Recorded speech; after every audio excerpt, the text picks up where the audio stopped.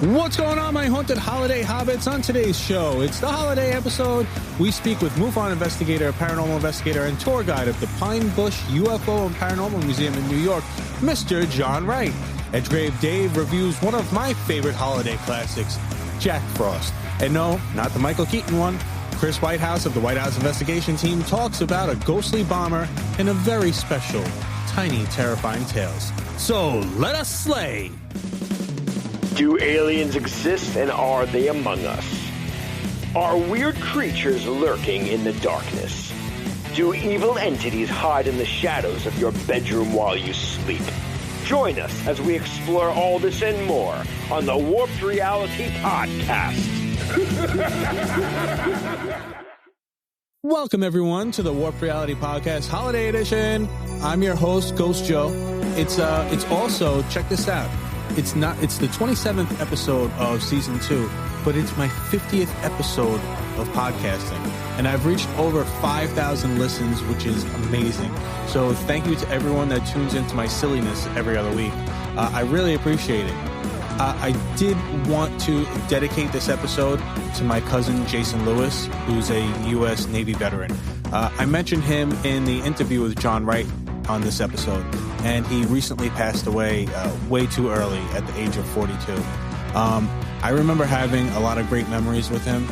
I remember I stayed over his house for a week in the summertime when we were younger, and we were dancing around the living room to the end street fight in Rocky V, which is terribly underrated. I really loved that Rocky movie, especially because of that memory, especially now. So rest in peace, Jay. You will be missed. My thoughts and prayers go out to your son, his son, my aunt, uncle, and his 2 amazing sisters. I love you guys so much. So, as I said in the intro, we have a full show for you guys. So I'm not going to take up any more of your time. Here's Chris Whitehouse with a segment about an unusual aircraft sighting. Take it away, Chris. Hello, today I want to talk about a teammate of mine and her experience as a child. Now, Lucy, my teammate, paranormal_girl_ on TikTok, she saw a massive plane flying so low she anticipated it crashing near her as a child. She saw the pilot, she could see the rivets in the metal. That's how low this plane was. And here we have an article from SpookyIsles.com which shows that it was actually a mass sighting, and it was called here the Phantom Lancaster Bomber of Barnoldswick. And I read directly from the article here. The Avro Lancaster bomber is most famously remembered for its role in the Dam Busters' daring raid on the Rur Vallis dams in World War II. But since 2004, some visitors to Barnoldswick in Lancashire have reported seeing a Phantom Lancaster bomber flying in the skies. A couple visiting Barnoldswick was astonished to see a Lancaster bomber above the Rolls-Royce Company building. They identified the Lancaster due to its 4 large grey propellers. The plane glided through the mist silently and seemed as though it was going to collide with their car and the houses nearby, but a few seconds later it had completely vanished. Several people reported similar sightings of the Phantom aircraft in Lancashire and Yorkshire on the same day. A local newspaper ran an article soon afterwards asking readers to contact an aerial phenomena expert to report their sightings. A man came forward to say that he witnessed the bomber flying silently towards a small airstrip at Barnoldswick. The airstrip was said to have been an emergency landing site during World War II. In 2004, a war veteran confirmed that the Lancaster bomber did in fact make an emergency landing at Barnoldswick during the war. Explanations for the phenomena have been put forward, the RAF using Hercules for training and flights of historical aircrafts, but the witnesses dismissed those explanations as there was only one fully functioning bomber in the UK at that time. The Rolls-Royce Company confirmed that they did own and fly a Spitfire, but the Spitfire plane is a very different design to the Lancaster bomber. Another possible explanation is a time slip, an unexplained phenomena that sees moments of the past replayed at other points in the present. Also, there is possibly a correlation between energy fields and magnetic residue surrounding industrial manufacturing. So if you find yourself in Barnoldswick one day, do remember to keep your eyes to the skies. Well, that's great that she saw it as a kid, and there's evidence to back up that she was not the only one, and I find that more compelling. So I hope you enjoyed that, and I'll speak to you another time. Wow, that must have been an excellent encounter, Chris, for her. It must have been also amazing to see a piece of history right before your eyes, and to get validation from the fact that it was a mass sighting is pretty incredible as well. Check out Chris Whitehouse on YouTube with his Whitehouse Investigations page and Talking Paranormal. He does some great interviews, some great investigations. You are going to love his stuff. His information is always in the show notes, so please check that out.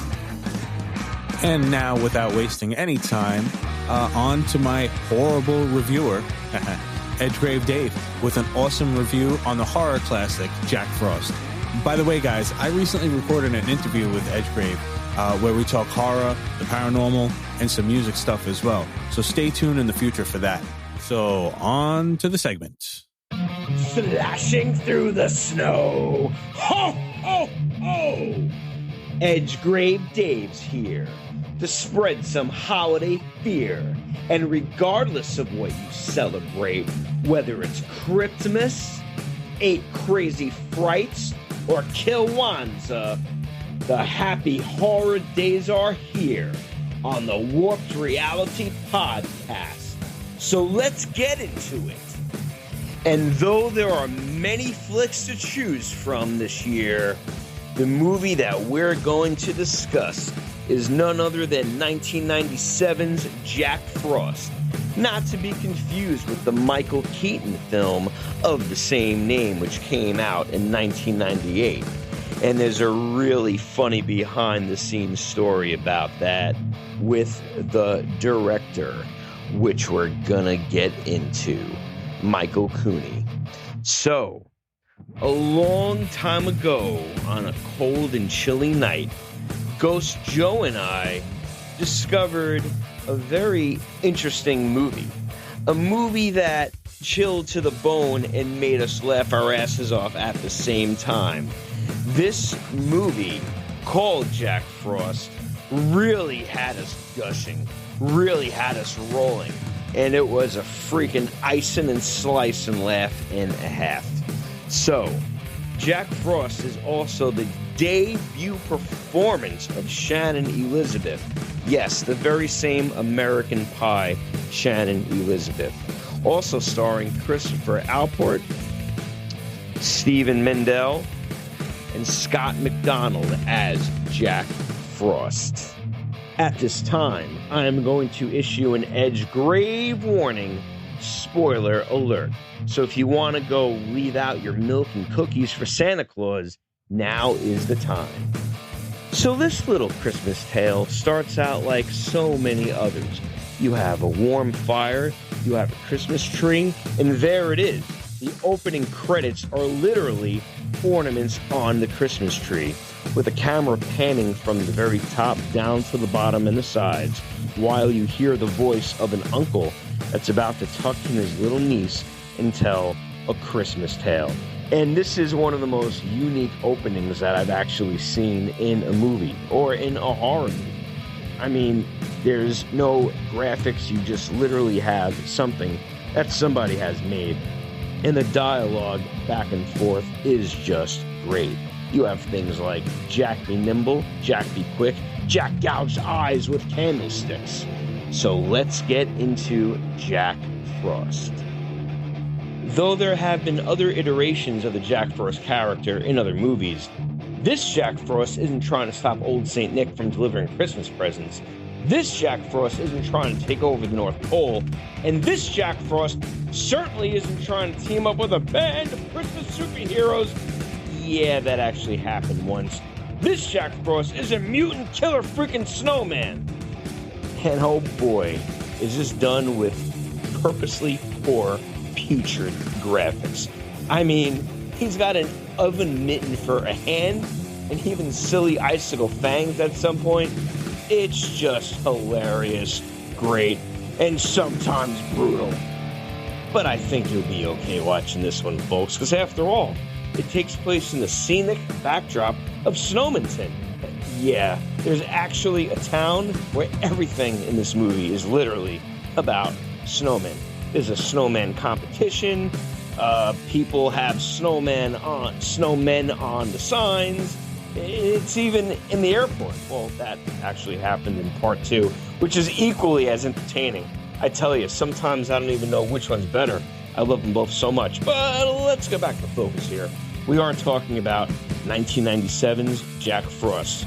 So, you have a cop that tried to apprehend him when he was in his human form. And as he reminds you, I'm gonna tear your world apart! And he certainly does try. Some of the kills are just outright hilarious. You have a couple of teenagers that are trying to do it. They deserve it. You have bullying. They get theirs. You have a husband and wife that the husband isn't really nice to her. They get theirs. So without giving too much away, we also have an FBI agent where, again, the campy dialogue just works perfectly between the cop character and the FBI agent, as there are just so many cheesy lines. I mean, you have these doofy cops, right? And I mean, literally, they're all doofy, where even some of the crimes that take place, they just have something ridiculous to say, like about maybe like the holidays, or, oh, I'll take another apple, or, oh, should we leave them up for Christmas? You have also some holiday cheer in the movie. There's Christmas music. There's that general warm kind of feeling, even though there's a crazy mutant killer snowman running around. So, the movie's plot here, basically you have a guy that's about to be executed at midnight. There's a freak accident with the truck, and bam! He hilariously, and I do mean hilariously, becomes one with the snow. I mean, literally, the way that it's done, I think that you're just going to laugh your spine sick. There's a lot of underlying things that also happen, as they did try hard to have underlying humor. I mean, the Officer Sam, for some reason, it looks like the kitchen fan light is just hanging a little bit too low. He just kind of keeps smacking his head in there. I mean, come on, Sam. Guess that you got to watch out for that. You have his kid that seems oblivious to everything, and he's just making a mess, like in the kitchen. And how do you stop a mutant killer snowman? Well, with antifreeze, of course, right? I mean, it just makes perfect sense. This entire movie is just as ridiculous as it could be horrifying. But again, in a very campy kind of fun and even Christmas cheer, Christmas spirit way. So I do certainly recommend that you see it. I also wanted to let you know that when I had first viewed this movie, it was on VHS. And I clearly remember it had a hologram cover, which had the face of a snowman, and then it would go back and forth into this like frozen skull type creature with fangs. It was just awesome. I mean, they really do try hard to do interesting things like that. Other honorable mentions that I could say about this film is that, hey, for a debut performance of Shannon Elizabeth, bravo, well done. I mean, hey, it brought it to American Pie, right? So snuggle up with your loved one, make some hot cocoa, preferably in a snowman mug, and go ahead and watch Jack Frost. I give it a 4 out of 5 ice cold graves. Now back to you, Ghost Joe. Thanks, man, for that horrifying review. I honestly loved that movie when we saw it so many years ago. The second one, as you said, was equally as funny and equally as great. So everybody, please check that out. It's great holiday films, great holiday fun. So if you guys have a paranormal experience you'd like to share, ghosts, aliens, cryptids, time slips, telekinesis stuff, anything, alternate reality stuff, or, any killer, crazy snowmen, please let me know about it. I want to hear about it. 845-600-0744. You could do so anonymously, or you could email me at ghostjoeny@gmail.com. Again, that's ghostjoeny is in New York @gmail.com. And now for a very special, tiny, terrifying tales. It's a Christmas poem, if you will, and it's written and narrated by yours truly, Ghost Joe. So let's get on with it. Now it's time for Tiny terrifying tales.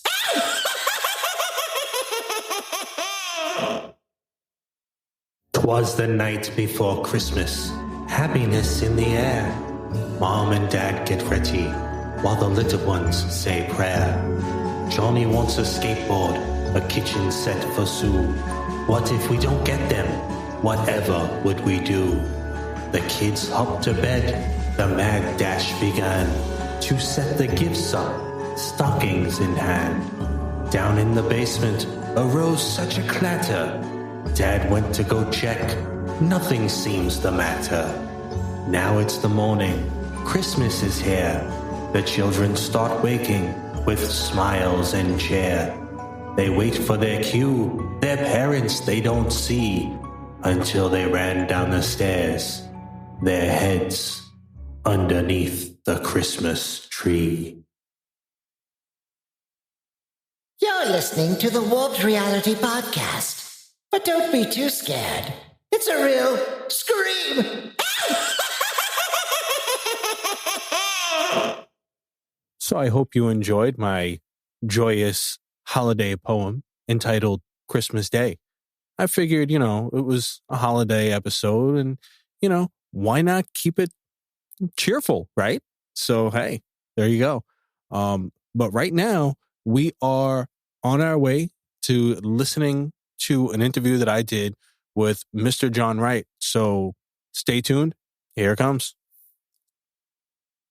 On the show today, I'm welcoming Mr. John Wright to the show. I met John when he gave me a guided tour at the Pine Bush UFO and Paranormal Museum in Pine Bush, New York, in Orange County. He was such an informative guide about everything within the museum. And then I found out that not only is he a paranormal investigator, UFOologist, a member of MUFON, he's also a history school teacher, right? Yeah. This guy does it all. And I knew he'd be a great person to interview for the podcast. So, and I build my own furniture. He's a Renaissance man, this guy. That's excellent, man. So you said you're a history teacher. How long have you been doing that? What grades have you taught? So I've been teaching for 26 years. I don't know if I'm allowed to say the high school or what. I teach over at. Okay. So Orange County, New York High School. I've been at that school for 26 years. I teach ninth grade history, and I also have a elective course that I created just a few years ago, which is it's called. It's basically just focuses on warfare. Mm-hmm. And what I do is I take a look at things like ancient cave paintings, that sort of stuff, and I try to find evidence within them that identifies when early man went from just hunting animals to all of a sudden hunting people. And then from there, talk about some different things as far as advance of weapons, how weapons change the tactics. We talk about all the different great conquerors and things along that line. So, but I do either ancient history up through medieval history and then the warfare class. Oh, that's awesome. That's awesome. That's real cool.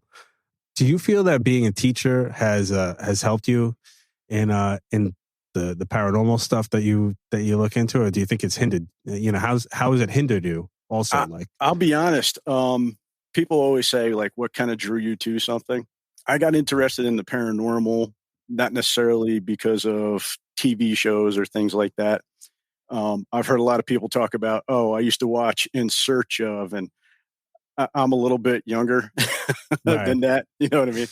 I missed that by a couple of years. And then kid growing up in the sticks, we only had like 4 or 5 channels. So we didn't have many options available to us. But I've had several different personal experiences that kind of pushed me down this road. One of them dealt with my grandmother's passing, or my great grandmother's passing. She was about 89 years old, and we used to go down to Rockland County all the time, every weekend, to see her at the nursing home. And we would go in there and spend time with her, spend the whole entire day. I think it was about 9 or 10 years old when she passed away. We were really close.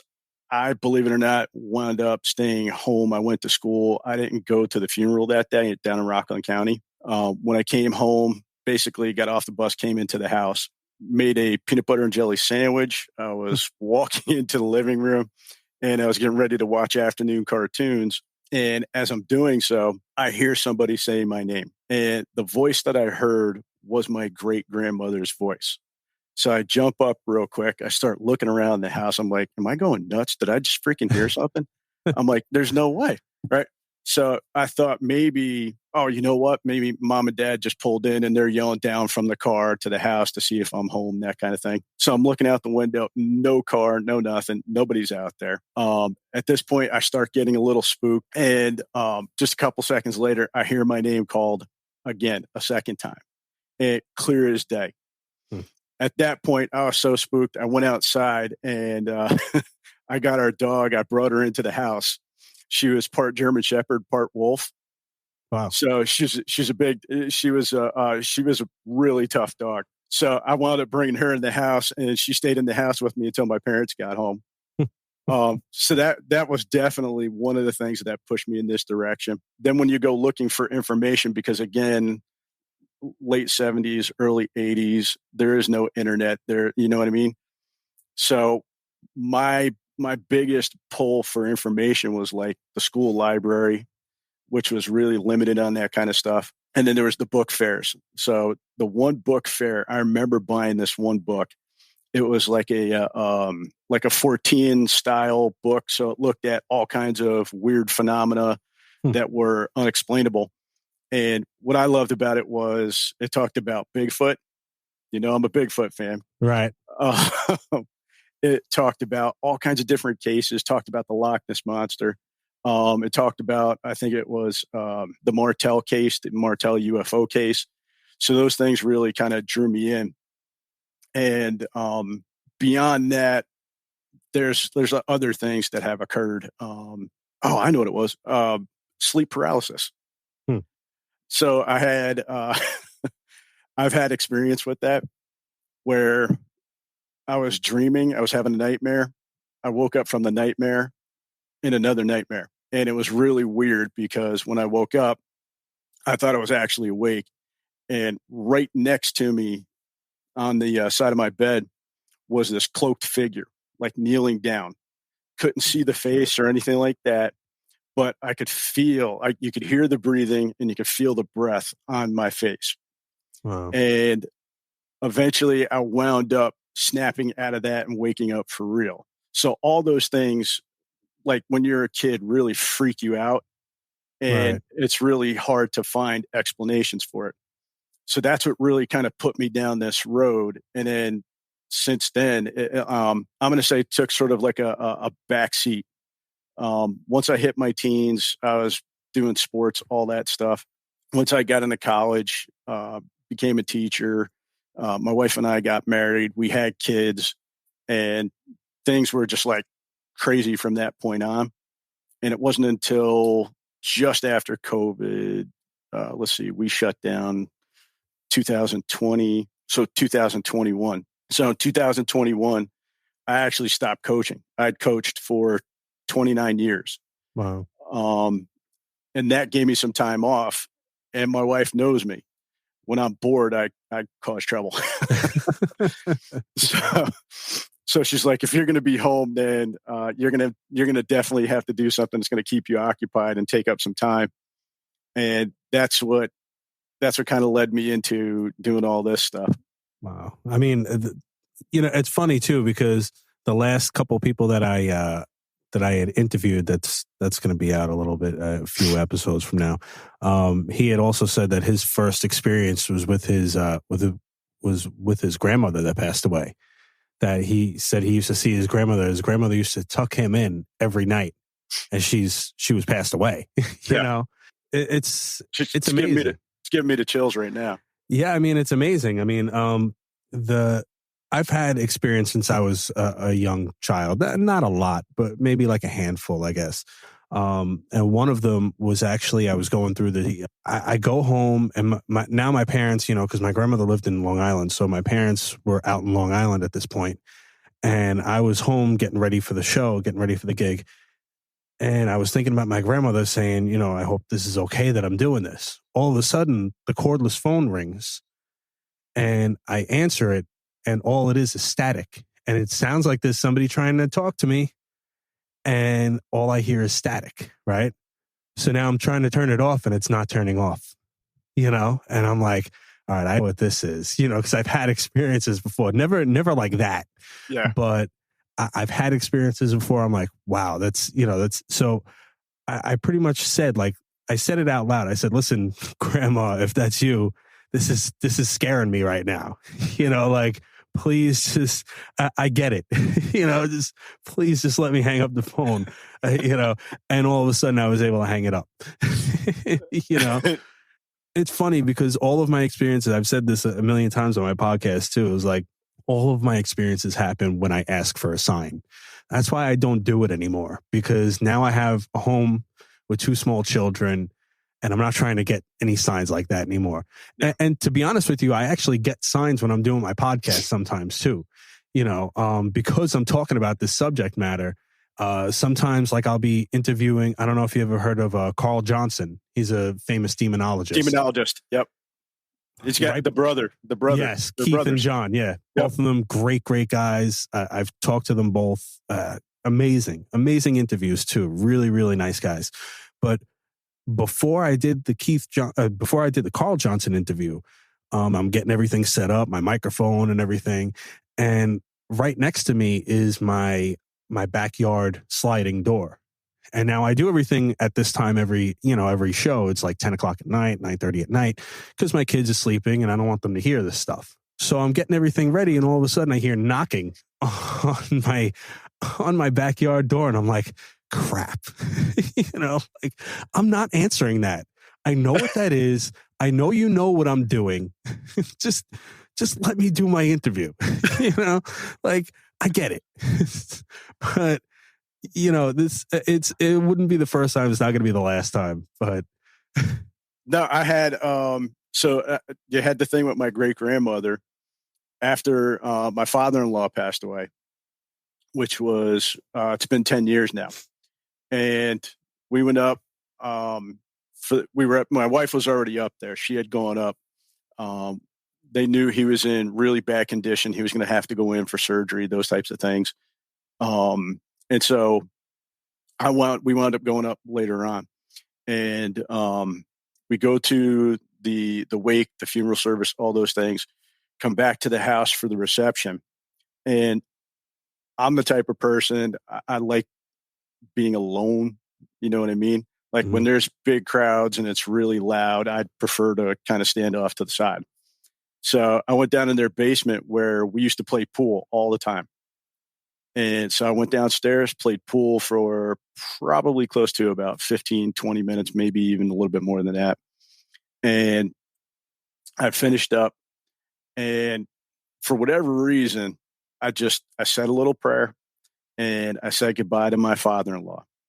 And as I turned to go up the steps, dude, my father-in-law's voice says, "Bye, John."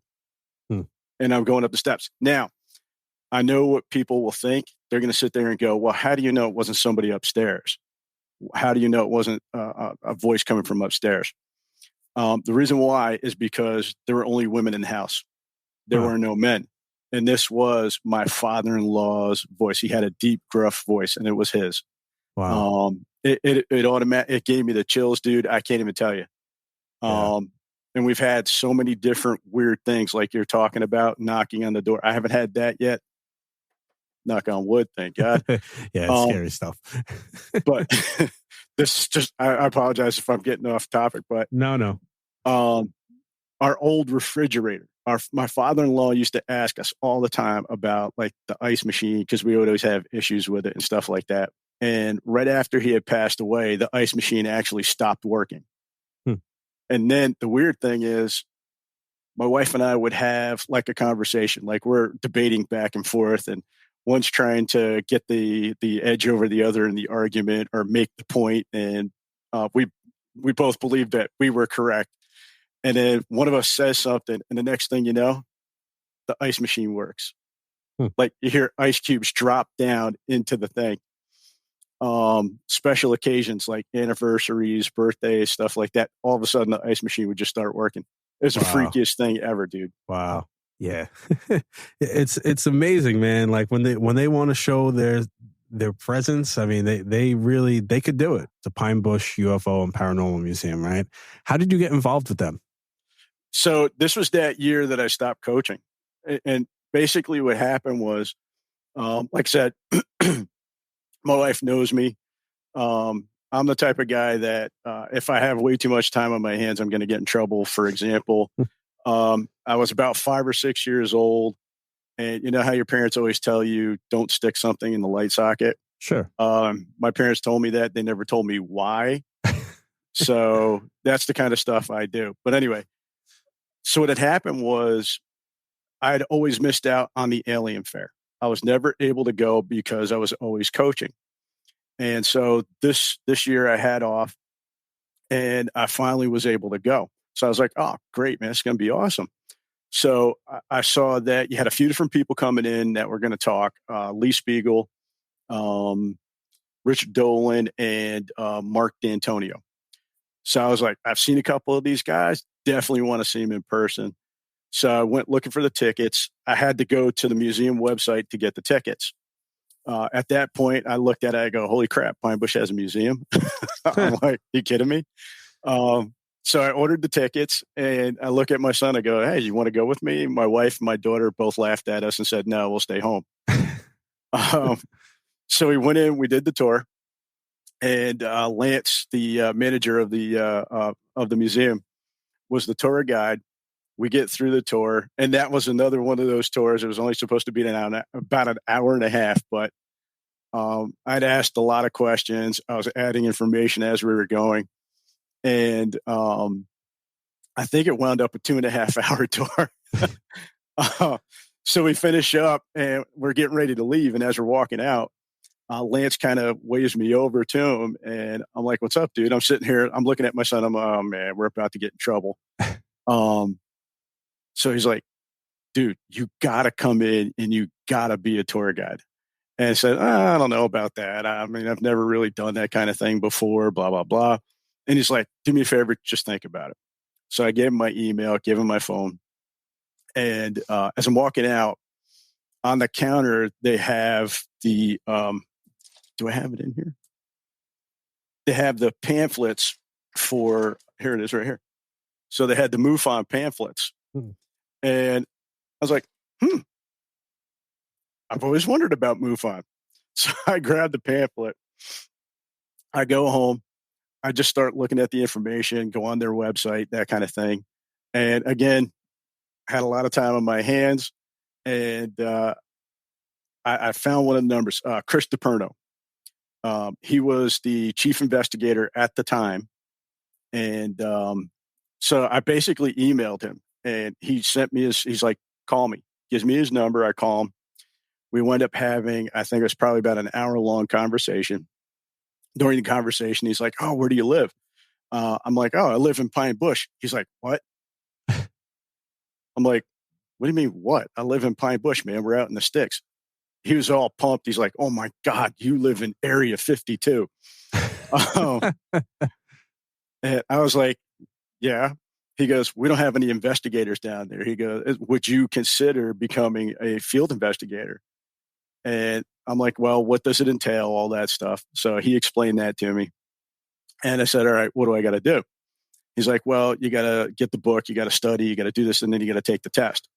So I wound up ordering the manual. And so here's my manual. Oh, wow. And I studied that for about 3 weeks, took the test. I got like an 89 or something, or a 90 on the test. Next thing I knew, I was entered into online courses with Doug Wilson, who kind of went through how to work the basically the reporting system, how we should go about conducting interviews, that sort of stuff.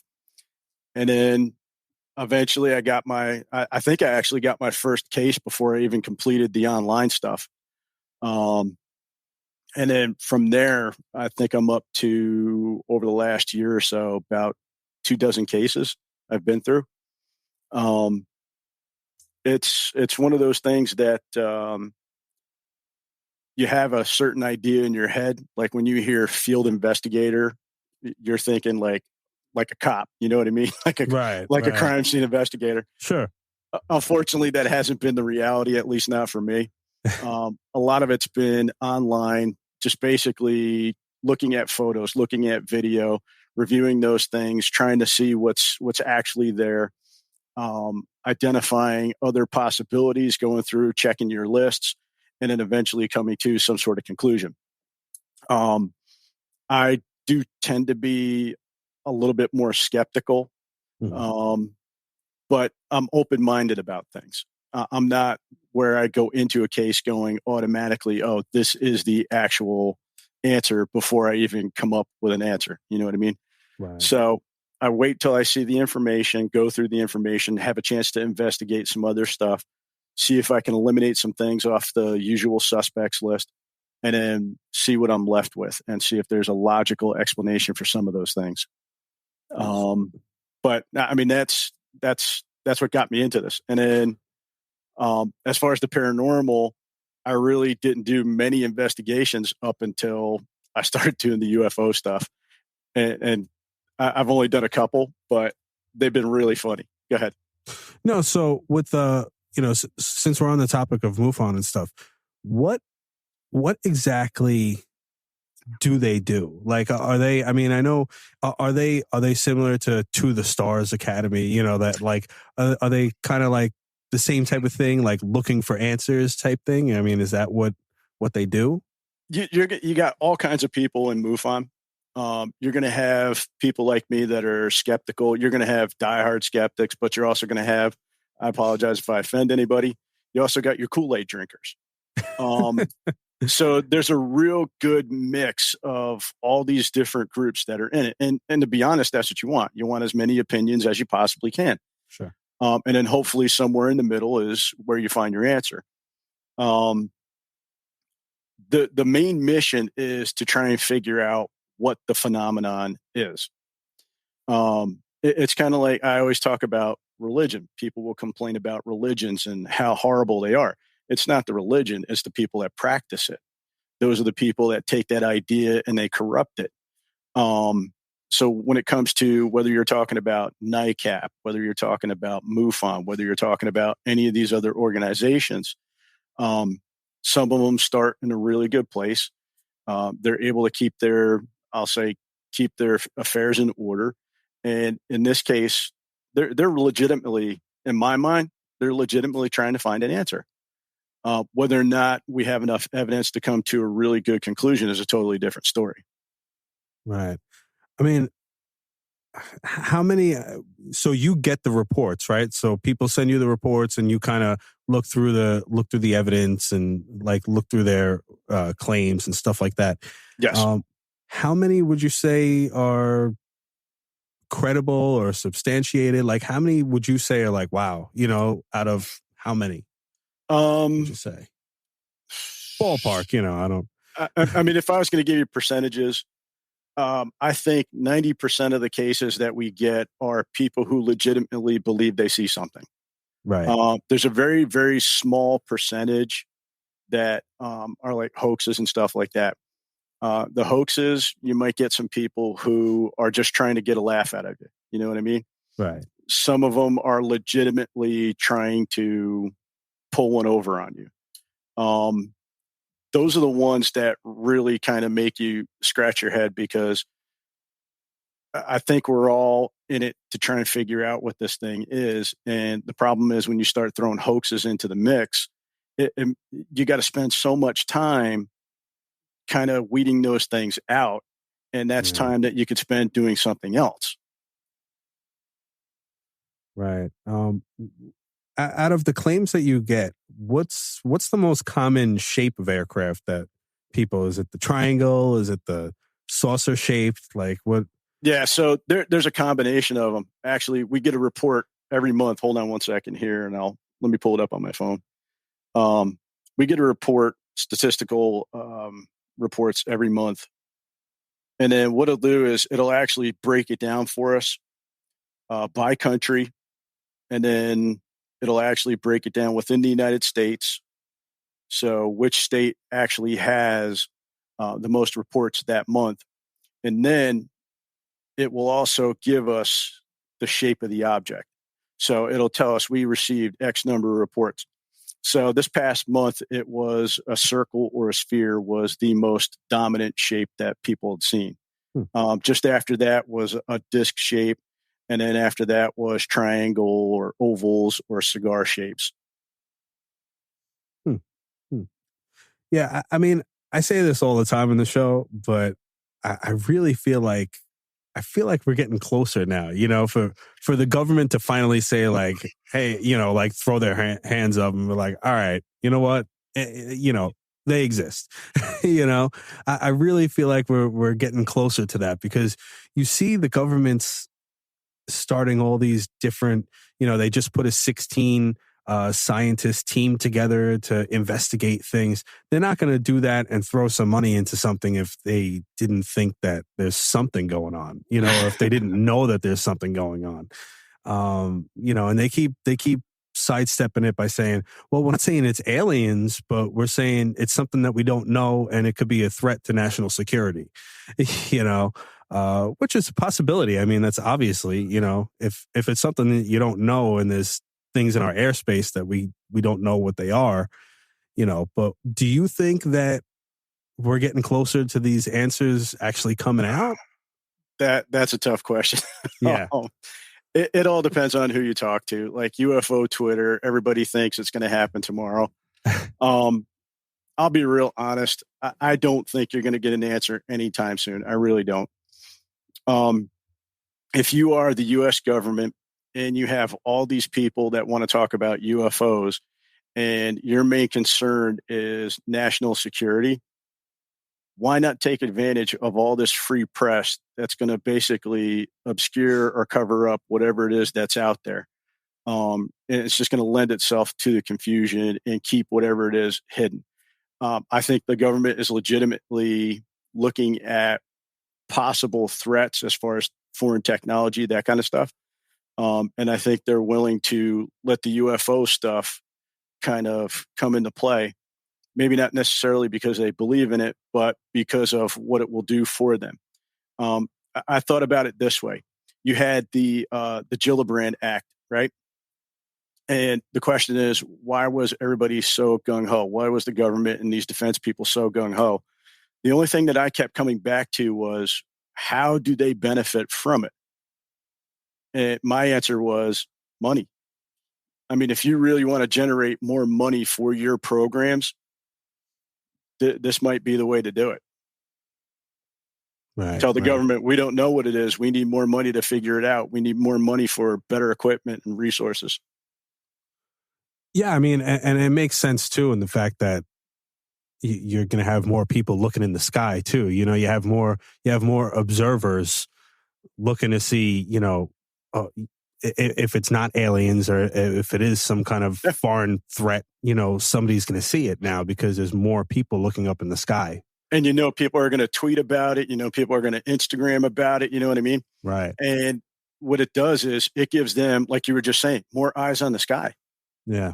It gives them more eyes on the sky, more people looking. And you know what? Doesn't cost them a penny to do it. That's true. Yeah, absolutely.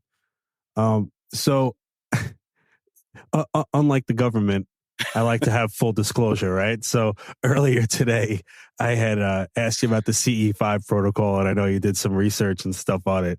Yeah, I did a segment on it, like a show or two before this, and the Close Encounters of the Fifth Kind protocol. Yeah. With Stephen Greer, I believe his name is. What do you know about this? As far as you were looking it up and stuff like that. What do you think about this protocol? I didn't do a deep dive on it, but I did spend roughly about an hour or so just going through, taking a look at it. Looked at some videos, tried to pull up whatever articles I could find, and some of the stuff. Some of the articles, some of the skeptical articles talked about his childhood and that sort of thing, which I'll be honest, you know what? It doesn't really need to be in the article. You know what I mean? Right. The person's life is their life. Focus on, the thing that you're trying to focus on, which is this program legit? So I watched, there was a highlight video. It was from Boulder, Colorado. It was filmed, or at least posted, October 19th of 2021. Next one I watched was a video. It was like the easy user guide to CE5. And I think that was by Engaging the Phenomenon. That was posted in March of 2020. Then I actually watched the one video with Stephen Greer. It was Techniques and Mantras for Making ET Contact, which was posted July 24th of 2019. Now, I'll just kind of give you a quick snippet. Like in the one video, the highlight video from Boulder, Colorado, he talks about meditation. He talks about some different things. He uses a Hindu prayer. And then he talks about some other things that I thought were kind of weird, where he talks about he obtained information. I want to say he used the term illegally or something like that, classified information illegally, which kind of makes me think, well, you're saying that you got it this way. You're not really going to reveal your sources. Okay, so why not? Well, right. if I reveal my sources, then people can go check it. And then if they check it, they might find out that I'm being less than honest. Right. The next video, the Engaging the Phenomenon, the gentleman goes through it and he talks about how they do this step-by-step process. And he talks about they locate, they pick a particular location, whether because it makes them feel safe or it's like quiet and allows them to kind of focus. Then they'll go through some meditating. After they're done meditating, he said they do what they call CTS, this coherent thought sequencing, AKA you're talking about remote viewing. So they'll sit there with the intent of trying to make contact. And so he said what they'll do is they'll start off with thinking like across the universe sort of thing, and image, like have that image in your mind of who it is or what it is that you're going to make contact with. And then from there, what you're going to do is you're going to use that connection to sort of guide them here. So my understanding of the CE5 thing is the whole goal is to try and create some sort of contact with humans being able to, I don't know if you want to call it telepathy or what you want to call it, but being able to contact aliens and then sort of draw them into where you are, starting in the deep space. And then you change your focus to something that gets a little bit closer to where we are, like the Milky Way galaxy. From the Milky Way galaxy to our solar system, from our solar system to the Earth, from the Earth to the continent, from the continent to the actual country, to the actual state, to the actual location. Right. And then from there, he talks about using field tools, I think is the term that he used, where you have either a laser EMF detector or night vision goggles or night vision camera, something along those lines, where you can use those to try and catch the attention and supposedly aliens or craft or something of that kind will appear. Yeah, I mean, reading up on it, and I did the little story about it. I don't know, man. I mean, my thing is this. It sounds almost like, I don't know if you want to call it like a fairy tale, but the fact that he says, oh yeah, no, but you're bringing them in there and you're getting contact, and they're nice and they want to contact you, and then if they sense fear or any kind of, then they go away. Like so they're all nice and good, but you hear about all these other alien encounters. Not every, if aliens are for real and there's all these different species of them, not all of them are nice. There's not, and so you don't know what you're bringing. You know what I'm saying? If it really is happening, what if you bring the assholes down here? Like that want to harm somebody. Yeah. Or harm you for like disrupting them. You don't know. So you're kind of like playing with fire, I think, in a way, if it's actually happening, if it's actually true. Right. So, The other video I watched was the techniques and mantras video. And some of the stuff he talked about, you have some stuff in there about Zen Buddhism and their breathing techniques. Then he talks about another thing, which I totally disagreed with. He said that the mantras that they use, even though they sound Hindu, they are not Hindu. But he says they were written in Sanskrit. I call time out on that. I teach ancient history. Right. Here's what I know. Sanskrit was a language that was created by the Aryans. It was an Indo-European group. They came into South Asia somewhere around, it was roughly around 1500 BC. Hinduism was created somewhere between 2000 and 1500 BC. So Hinduism is definitely older than the Sanskrit language. Now, Sanskrit will become the main language of what they refer to as the Vedas, which is the holy book of Hinduism. So those two things are definitely tied to one another. So once I saw that, I kind of looked at it and I go, okay, all right. So some of these things I can kind of overlook, but this is one of those things that I looked at and said, okay, either this is an accuracy issue or this guy just really didn't give a crap. You know what I mean? Right. So that was one of the things that really set off a flag with me.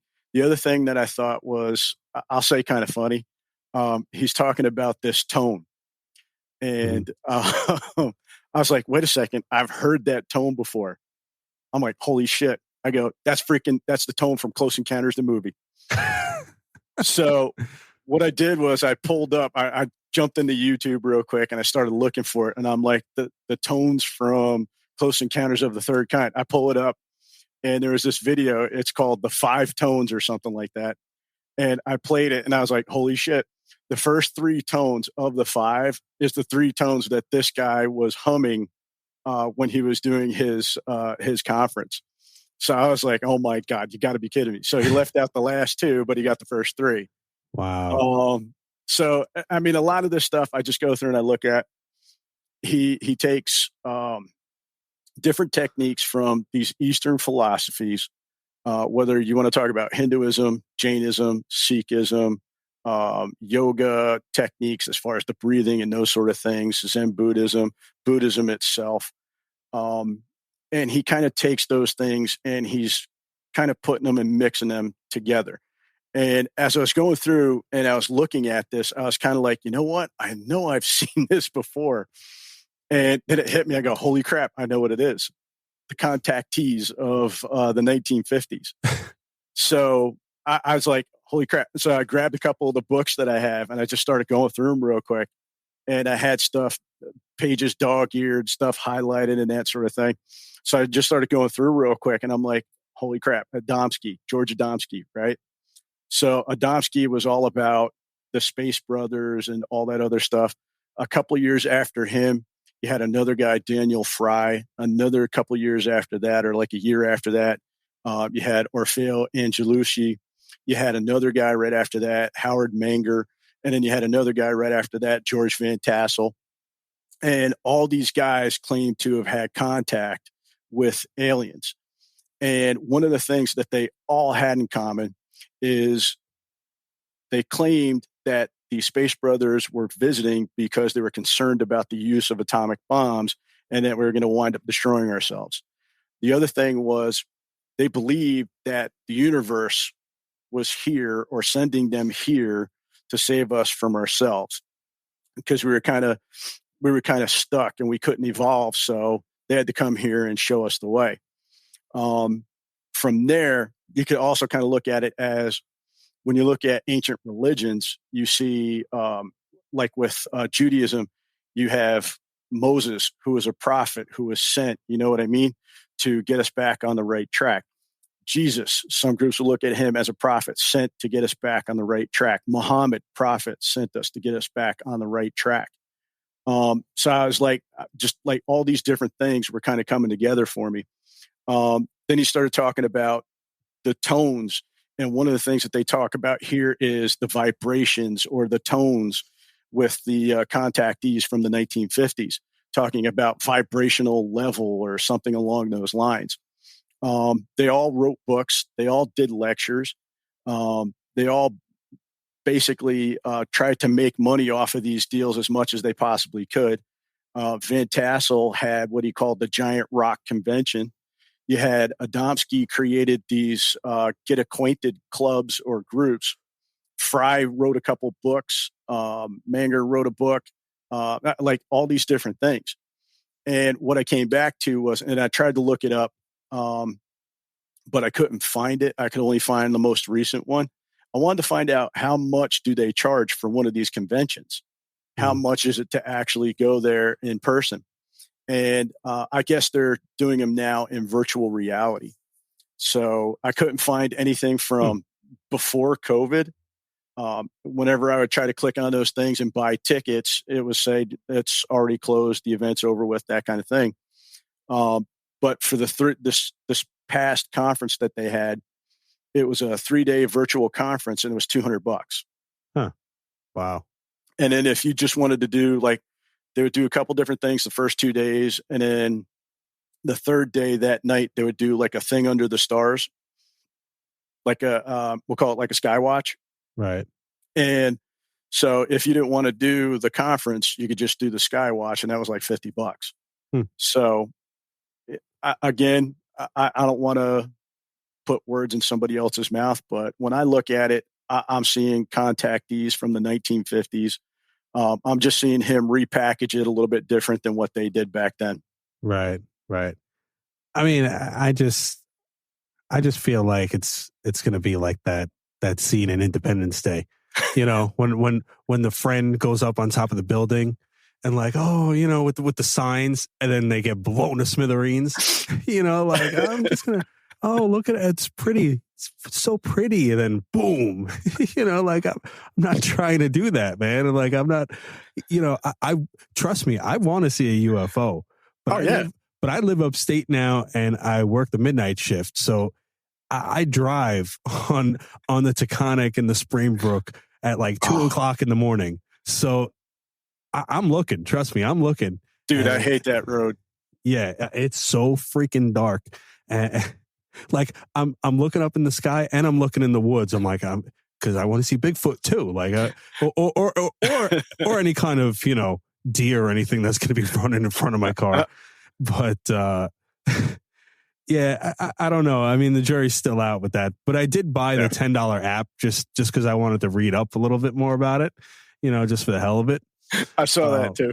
Yeah. I mean, the guy's making money.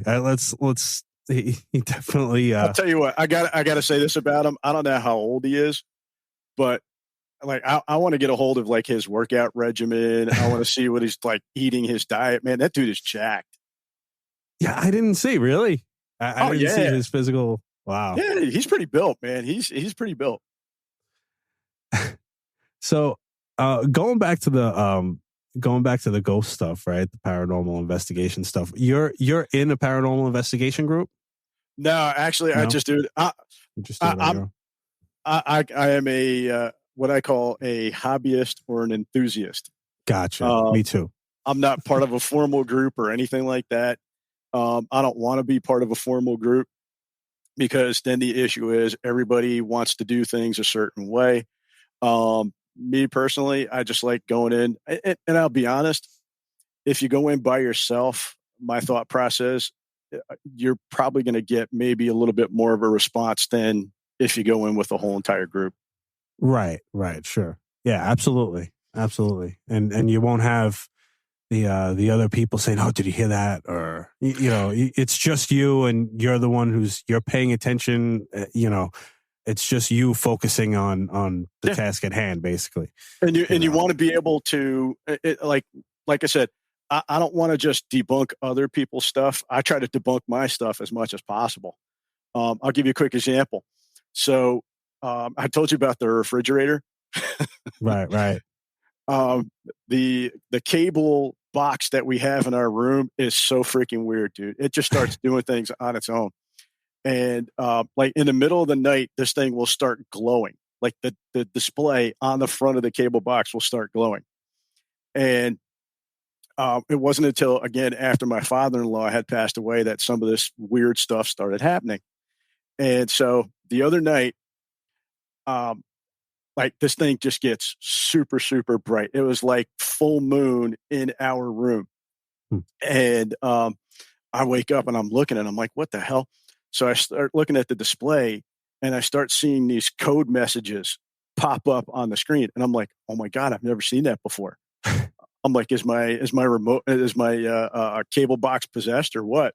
So I'm like taking pictures like an idiot with my cell phone.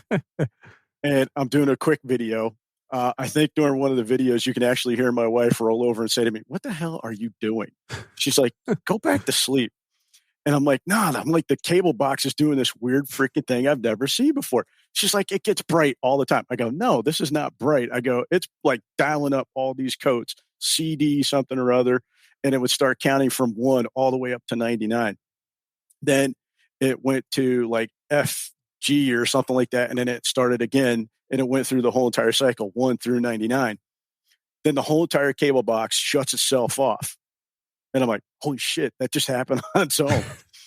I'm like, what the hell? I'm like, I'm looking around the room and everything. And then all of a sudden it comes back on and reboots itself.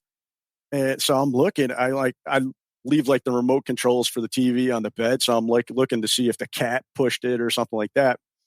So here I am. I got my video. I got my pictures. I'm all pumped, man. I'm like, I'm going to prove that I have like this possessed cable box. So I go online. I start looking just to make sure. I'm like, was there a cable issue or something like that? And I can't find anything online. I pull up my email. I start going through my email. And I have an email from Spectrum Cable that they were going to do maintenance between 12 a.m. and 3 a.m. and that there might be some issues with your cable box during that time frame. So, yeah, I mean, because I didn't know where you were going with that story, because I've actually had some weird cable box stories as well, actually. When my grandmother was sick in the hospital, I'm going back like 15 years ago, maybe. And she was very, very sick in the hospital. We didn't think she was going to survive. And she actually ended up living a few more years after this. But we were all, I have a large family on that side. I have like 10 cousins and, 3 aunts and an uncle. It's a pretty big side of my family. And so we were all out there, and me and my cousin were staying at my aunt's house. Now, my aunt's house is she's seen this full-bodied apparition in her house every night for years. I mean, this thing would stand at the foot of her bed. And, of course, she's had psychics in there, and they tell her this guy's name is Charlie. He used to live in the house, and, he shows himself sometimes, and he does things, right? So, of course, me being the idiot 23 or 24-year-old that I was, getting ready or whatever to go to the hospital to visit my grandmother. And I said, hey, and now that I'm thinking about it, I said it in front of a mirror, which probably isn't the best thing to do either. But I'm standing in front of the mirror and I said, hey, if there's anything here, give me a sign, right? And I didn't get anything, right, at that time. I'm like, all right, whatever, screw it, right? So we go to the hospital. We're there for like 10 hours. Come back, and now me and my cousin are laying on the couches in the living room, going to sleep. So all of a sudden, I'm looking, and I see the cable box flipping the channels over and over and over and over and over and over, and it just keeps going though, like 0 to 99, and it just kept going and going and going. And I'm looking, and I'm like, yo, I said, my cousin's name was Jason. I said, yo, Jason, I said, are you laying on the remote or something? Can you turn off the TV? He goes, no, he goes, the remote's right there. He goes, yeah, turn it off or whatever. Right. So we turn it off. It flips back on and starts cycling the channels again. So now I start laughing, and he's like, what did you do? What did you do? I said, I asked for a sign. He goes, I swear to God, if I see anything, I'm going to beat your ass. He's like, I swear to God, why would you do that? I said, I don't know, man. I just, this place is supposedly haunted. So I wanted, And sure enough, he showed himself that way, like but I've actually had it where my mom had passed away about 12 years ago. And, I had actually had an experience where, I dreamt about her, and then I dreamt about, like, I have my, virtual reality headset sitting right next to me, my Oculus and stuff, and I love it.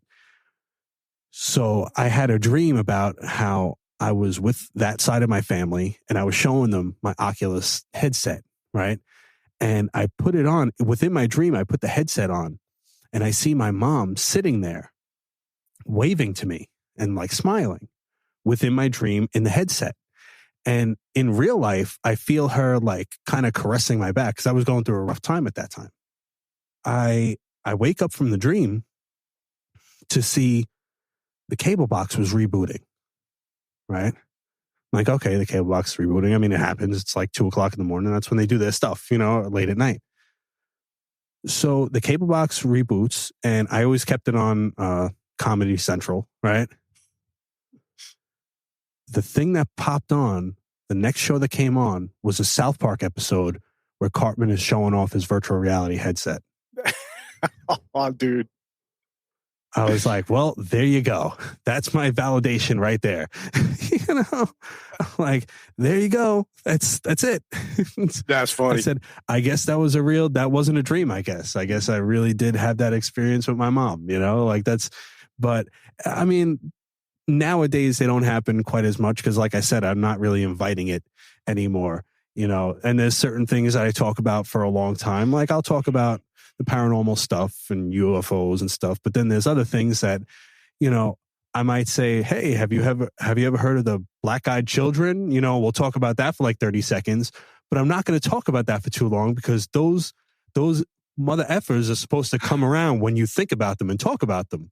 So I'm not trying to have them knocking on my door, on my basement door, because those things would just freak me the hell out because they're not really children. As we yeah. That's another weird one, man. That's really weird. I actually have a journal in my room. So this started when my father-in-law passed away. I was diagnosed with what's called FAP. Mm-hmm. It's a genetic condition which prevents me from suppressing tumor growth, and it's actually that causes my kidney issues. So what happened was, to prevent colon cancer, because there's a 100% chance I was going to have it, they actually wound up removing my large intestine. So right around that time, we started having some weird things, not just the freezer with the ice machine, not just the cable box, but we started seeing orbs in the house. And this one time it was, like, we live not too far from Stewart Airport. So the planes will actually circle above on their final descent into the airport. And so when they fly over at night, you'll actually see the strobe light. Depending upon what part of the house they're at, it'll be pretty bright. It'll light up the room, especially since we got a skylight in the bathroom. So I wake up at roughly around 3:30 in the morning. I don't even know what woke me up. And I just kind of look over toward the bathroom. I see a light.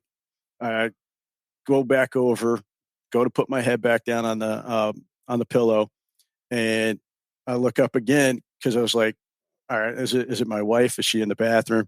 And I just happened to notice she's actually laying right there next to me in bed. So now I'm thinking, okay, so it's not her in the bathroom. Oh, you know what? It must be a jet flying over and it's the strobe light lighting it up. And just as I'm thinking that, the light, you could see how the light was shifting because it was moving closer and closer to the door. And then what happened was it actually went around the door. So it came out of the bathroom, goes around the door like this. And now it's in our bedroom, hovering roughly about, we'll call it, roughly about head height. Sits there in our bedroom by our door, goes around that door, goes out into the hallway, and just goes boom and disappears. Wow. Now, since that time, and I don't know if you noticed my thing's flicking here. Yeah. Since that time, I've actually had other incidents where I have seen the orb. The other one, believe it or not, was actually last week, just before I started having the kidney issues. I had woken up and I saw this thing and it went out in the hallway. I talked about this stuff with my wife, and she would sit there and say to me all the time, "Oh, you're full of crap. You're full of crap. You're full of crap." And she woke up and we're sitting there the one night and I'm like leaning on one arm and I'm looking in the hallway and she's like, "What are you doing?" I go, "I just saw another orb." She's like, "Go back to bed, damn it. She's like, you're losing it." And just as I'm going to lay back down, I see it blink again in the hallway. And my wife turns to me and goes, "Did you just see that?" I go, "See what?" She goes, "The orb." I go, "I knew it." So, and I've actually tried to debunk those because I'm like, well, it could be a car driving by, the light reflects off of this, that sort of thing. But the way that our stairwell is set up, the light really isn't going to come in from down there. And I'm in my office upstairs, and this door behind me was actually closed. So if there was something that was going by, then it wouldn't have been able to come, the light wouldn't have come from this room because that door was closed. So it's just one of those weird things that you can't explain. I mean, and I've seen them, was it October 19th? And then just last week I saw it. Wow. I mean, yeah, it's funny because that's the one thing, like, when I see pictures and stuff, I'm like, orbs, I'm not that.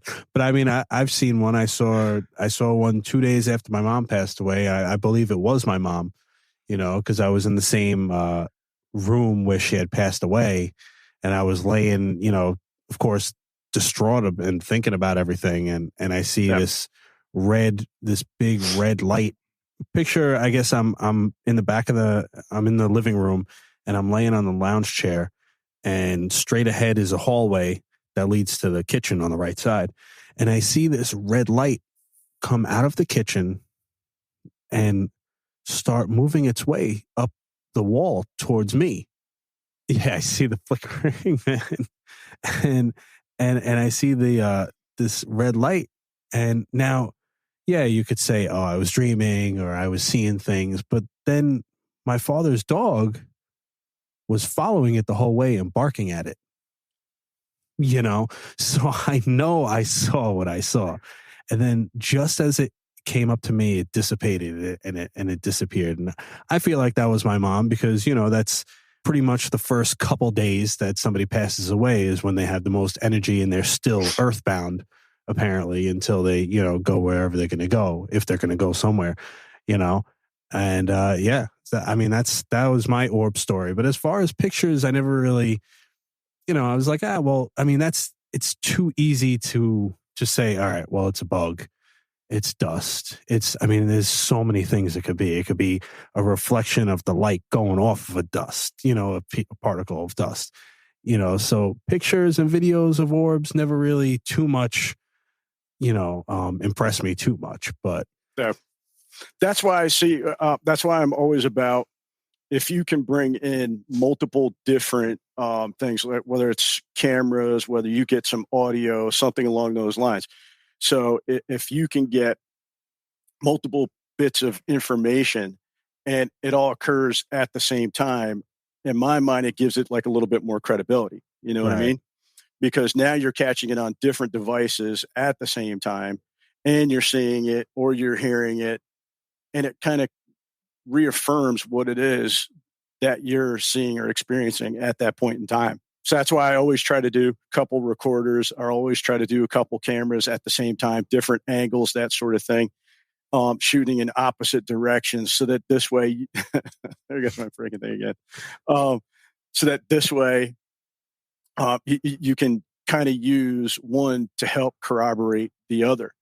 And in regards to the orbs, I actually caught on audio. I got to clean it up. Unfortunately, I don't have the software on my computer. I haven't gotten into the audio yet, but I actually caught.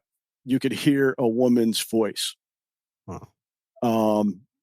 It's real subtle, but you can actually. It's like she's saying a whole entire sentence. So it's weird. And that's why you can have people tell you they've experienced things, but my goal is either try to get it on camera, try to get it on video, try to get it on audio. If you could get it on all those, even better, because then you got multiple devices giving you information. On to the next thing, right? Let's talk about the blurry man himself. So you're a Bigfoot enthusiast, right? Love Bigfoot. Love Bigfoot since I was a kid. Have you ever had any experiences like seeing the guy, or you just zero experiences? I've had people tell me stories, but I've never experienced it. I know I've had, and this is funny, I've actually had students who have told me about it. And this is before I ever was even close to being an investigator. The one young lady was telling me they lived up in Sullivan County. She and her dad were walking along a trail. So they had cut trails on their property for their ATVs. Mm-hmm. And so they were, for whatever reason that day, they were just walking along. And as they were walking along, they heard like some different noises, kind of like monkey type grunts and that sort of thing. The daughter was getting all scared and everything. And the dad's like, don't worry about it. We'll be okay. Just keep moving. And she said at some point, a rock about that big had gotten thrown from up on the hill down, and it landed roughly about 20 feet in front of them. So I've gotten a couple stories like that where people have said they've either heard or seen rocks or something along that line. But me personally, no. I mean, I'd love to see Bigfoot. I'd love to see a UFO. I'd love to see all that stuff, except for the Loch Ness Monster.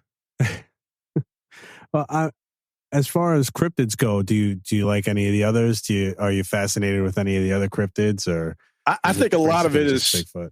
I think it's really interesting, but I also believe that there's one that may have a possibility of actually being true. I think it's probably the best one is Bigfoot. Just simply because if you take a look at like the archaeological record, you'll see that there are things, whether you're talking about the giant sloth, which was like 6 foot tall, or you're talking about Gigantopithecus. And I think they just actually, they just recently found some other type of species. So all these different things, it's in the archaeological record. We have fossils, that sort of stuff that tells us something very similar to it did exist. Is it possible that this thing is just a leftover? You had the coelacanth, which they believed had died off millions upon millions of years ago and was discovered in like the 1920s and the 1930s. And is it possible that Bigfoot is just one of those things? Do you think, what do you think Bigfoot is? Do you think he's like an undiscovered animal? You know, because listen, the gorilla was a cryptid at one time. You know, do you think he's an undiscovered animal? Do you think he's an alien or an interdimensional being? Like, I know. We talked about. You're killing me, dude. You're killing me. I don't want to get you in trouble. No, I'm good. What do you think? What's your thoughts? Yeah, I'm definitely a flesh and blood kind of guy. I do not believe it's interdimensional. I don't believe it walks between worlds or any of that other stuff. It does leave some evidence in the form of footprints. I got Grover Krantz's book. I got John Green's book. I got Jeff Meldrum's book. I got another book someplace else. All those books are on Bigfoot. And one of the things that they tend to focus on is talking about the footprints. Possibly one of the best forms of evidence that we have is the footprints. Admittedly, there are a ton of people that do fake the footprints, but it's when you find the footprints that aren't perfect, those are typically the ones that are believed to be legitimate.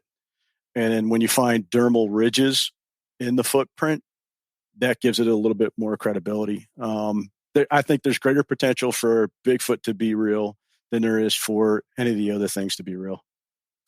Yeah. I mean, I definitely agree with you on that, because there's just been, thousands and thousands and thousands of sightings. I mean, not everybody could be, wrong, I guess you could say, or mistaken about it.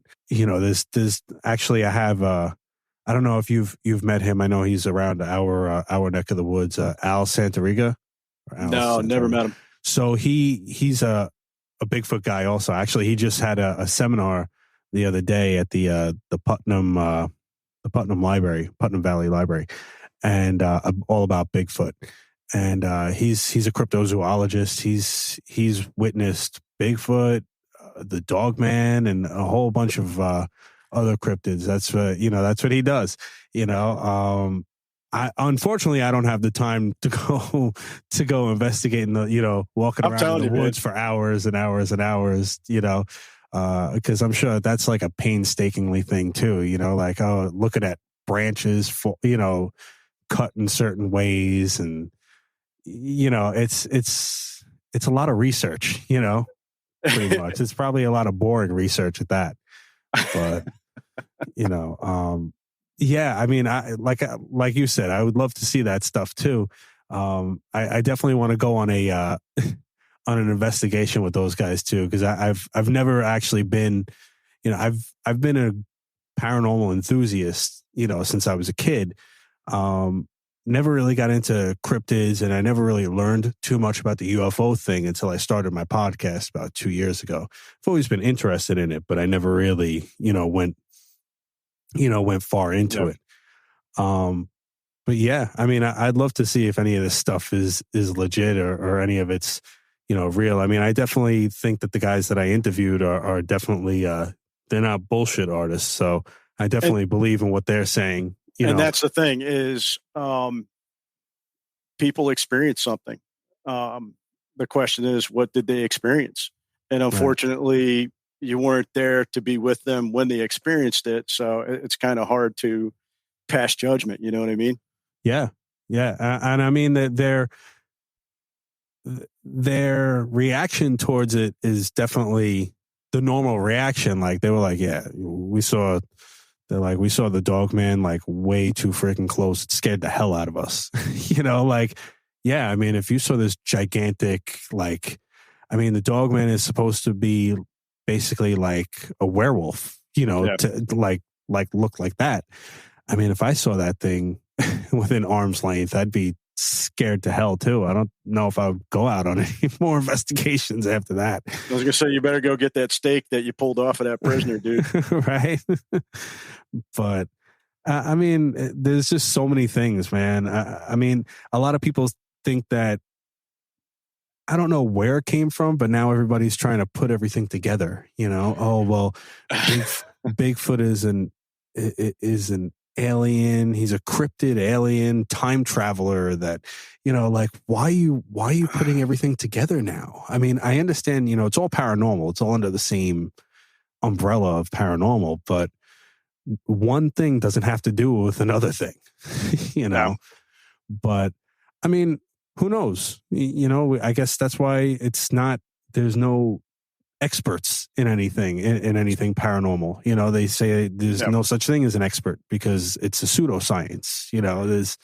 There's no legit evidence, or at least no scientific evidence that's been proven, I guess you could say. There's no real legitimate course of study. You know what I mean? Yeah. It's not like somebody sits down and says, oh, okay, here's Paranormal 101, and here's the process that you have to go through. I think that's why when it comes down to it, you got to look at the science.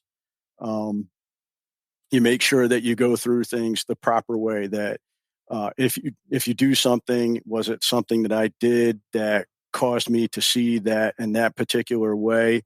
And then you try to reproduce whatever it was that you had just seen. Like when it came to the orbs, like I would sit there and I was like, was it just me? Did I just see something? Was it like my eyes playing tricks on me? Right. And this is the stuff I do when I'm bored in the middle of the night and I can't sleep. I'll like close one eye and you know what I mean? And I'll do stupid stuff like that just to see if I can get something to occur. And if it occurs, great. But I'll be honest, I haven't been able to really reproduce many of those things. Right. Yeah. I mean, well, that's how an actual person would try and investigate an issue, not like the paranormal investigators on TV that just, oh my God, what was that? And they run away. Dude, like, here's the thing, bro. Like you're on TV, you're an investigator. Why? That to me, that was always kind of silly because look, I'm a prison guard, right? So when I hear a disturbance, I run towards the issue, right? I'm not running away from it. I'm running towards where that crazy noise or that screaming is coming from. That's where I'm running to. You know, I'm not running away from it. I'm right there with you, dude. I'm right there with you. I'm not running away. I'm like, all right, this is your job. You say this is what you want to do. You want to prove it. Well, you're not going to prove it by your ass facing it. Go at it, dude. Take it head on. And that's, I look at these things, and again, I'll watch some of those shows just because I want to get a good laugh, not necessarily because they do things in the most scientific way. I think, like I said before, as long as you kind of use a scientific process method by which you do things, in the end, if you come up with something, you might be able to go through those steps, figure out whether it was something that you did, or if you get through the process and it's not repeated, you know what I mean? Then you know it wasn't you. Then that kind of kicks it into the other category, where now you can say, okay, it wasn't something that occurred because of me. Maybe there's something legitimate to it. Right. Yeah. I mean, that's why I've always gravitated more towards the shows like Paranormal Caught on Tape, you know, like, cause that's just like a quick, like, you know, this is what happened in the video, you know, surveillance video or something like that. And it just shows like some crazy stuff happening. That's what I like. I like that stuff, you know, like show me shows like that and I'm happy, you know, like I'm not crazy about the ghost hunter stuff, or I don't even like the ancient aliens shows or anything like that, just because can't stand them. There's no conclusion to them. I hate it. You know, because the problem is, if they make a conclusion, they will no longer have a show. If they no longer have a show, then they no longer make money. They can't sell their books, blah, blah, blah. But they all end the same way. You know, they all end like, I guess we'll never really know the you know, like they always end off with like some stupid question or some, like, I guess we'll really never know what's up there in the skies above and blah, blah, blah. Like, all right, come on. I just watched a 2-hour show to see if you freaking came to a conclusion, you know, and you told me nothing, you know? So that's why I don't even watch those things. I'm telling you, dude, that's when it originally came out, I did watch those shows and I was like, oh man, this is pretty interesting, because I'm always open to alternatives. You know what I mean? One of the things I always tell my students is come into things with an open mind. So when you start talking about different cultures, there are things that we're going to talk about with those cultures that you're not familiar with, but just because you're not familiar with means you automatically blow it off, because there could be some value in that. And so I always look at these things. I watch those shows, that kind of thing, because I'm always looking for like alternative stuff. Like I got over here I got the Egypt Code by Robert Belleville, where he talks about the pyramids and how they represented Orion's belt, that sort of stuff. I look at all those different things because I'm really interested in that kind of stuff. And when Ancient Aliens first came out, it was really interesting. It introduced me to guys like Graham Hancock and, you know what I mean, Nick Redfern, all these different people that had really interesting ideas. But now that they're into, I don't even know, it's like the 10th season or something like that. It's just, for me, it just seems like it's a rehash of what they did in that first couple of years. Right. I think actually, I don't know if, I know you said you've heard a couple of the podcast episodes. I don't know if you should check out the Haunted Chicken Nugget, baby. Yeah. You know, I get so many like, oh, I love that Haunted eBay segment. You know, a lot of people like the I Read It on Reddit segment too. I'll tell you, I've been listening to your show as I've been, because I'm in the car. Awesome. I commute. I have a 2-hour round trip, right? So hour to work, hour home. And I'll queue up a few different shows. And the last one, you had me dying, dude. The one with, was it the clown doll? Oh, yeah. Right? Yeah. The guy died and his body is in the doll. And right. Oh, my God, dude. I was laughing my ass off.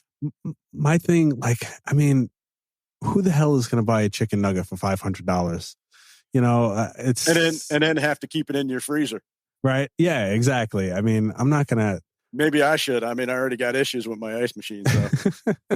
I don't know. Next, you'll wake up at 3:00 in the morning, the witching hour, and you'll see your refrigerator floating in the air or something like that. You know, I'll see it. I'll see a A demon chicken. But no, I think you would actually, on episode 2 and 3 of season 2, I actually interviewed Steve Neal, who is he's a Hollywood monster maker. Basically, he worked on the original Ghostbusters and Fright Night. You know, he like a makeup artist, special effects guy, and he's actually had alien abductions since he was a kid. Wow. And I mean, he's written books about it. He's actually very, very good friends with Whitley Strieber. I know you know that name.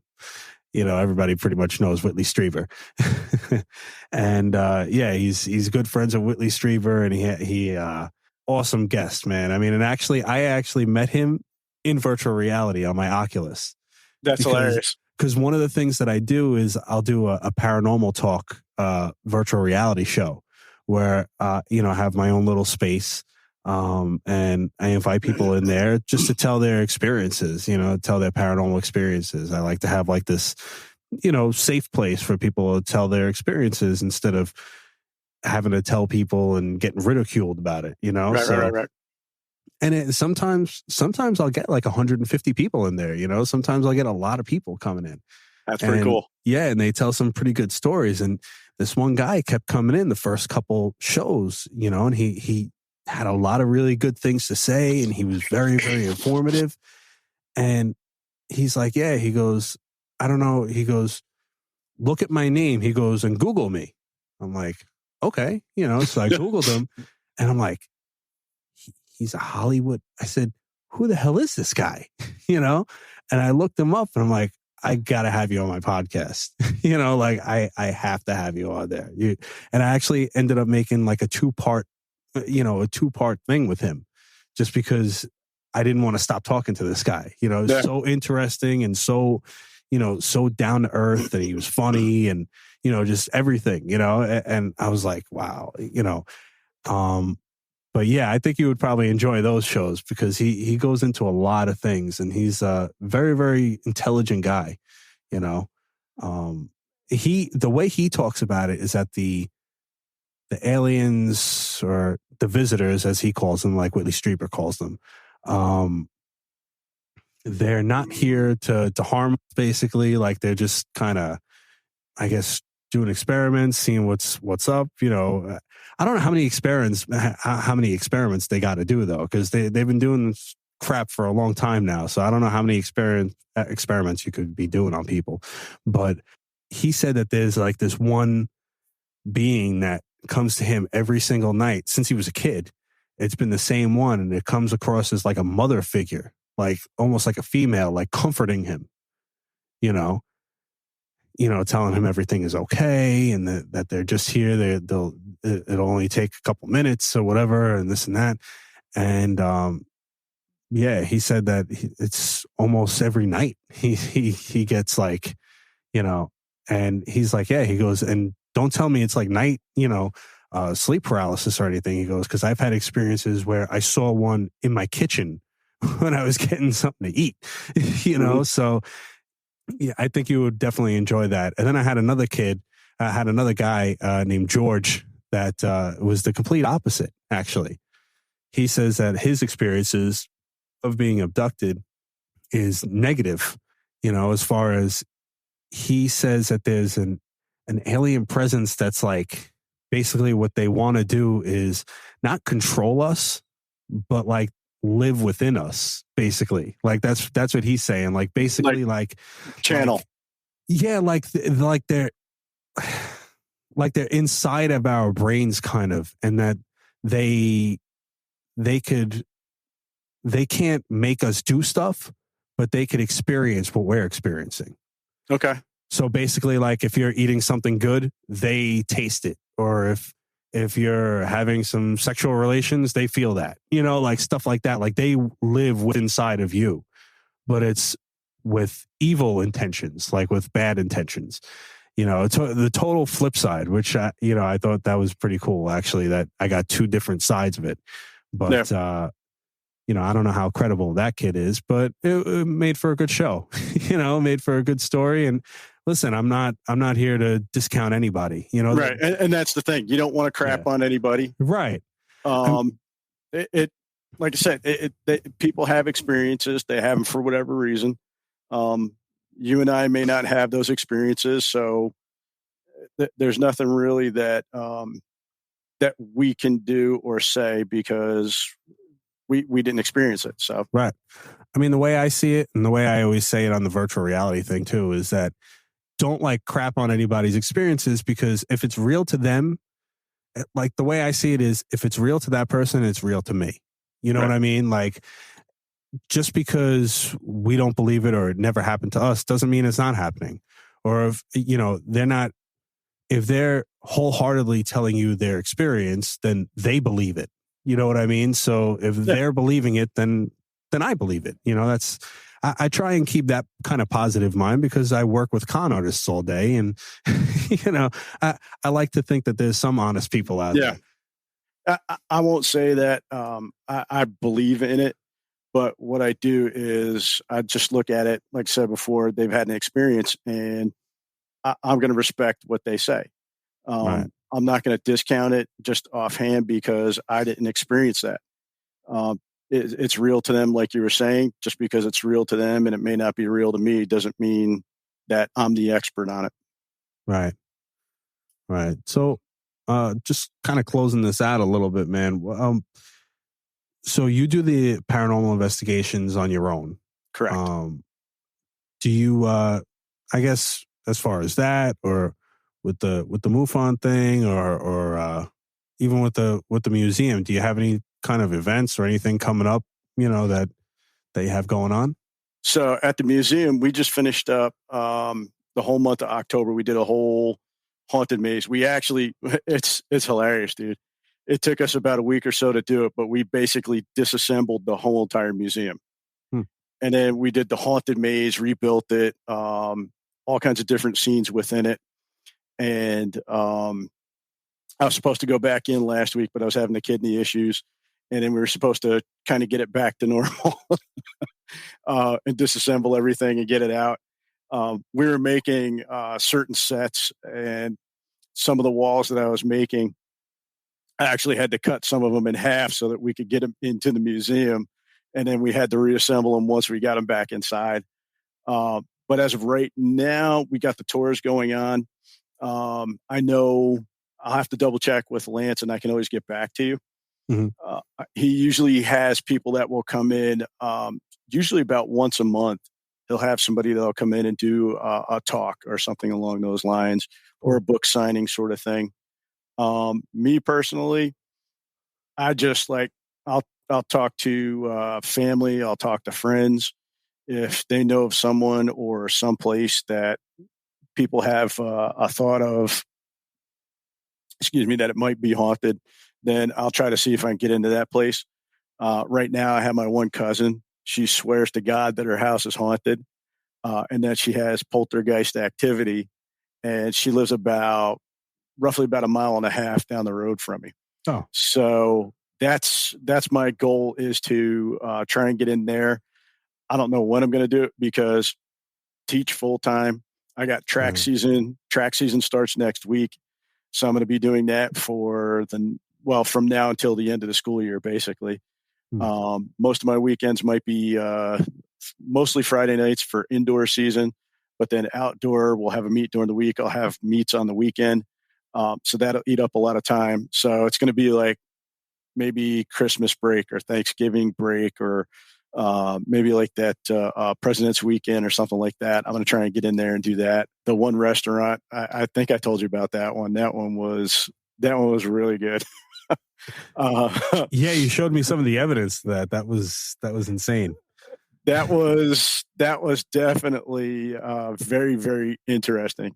And I only spent 2 hours in that place, and I came away with video clips, audio clips, you name it. That's yeah. I mean, when you showed me that was that was some crazy evidence right there.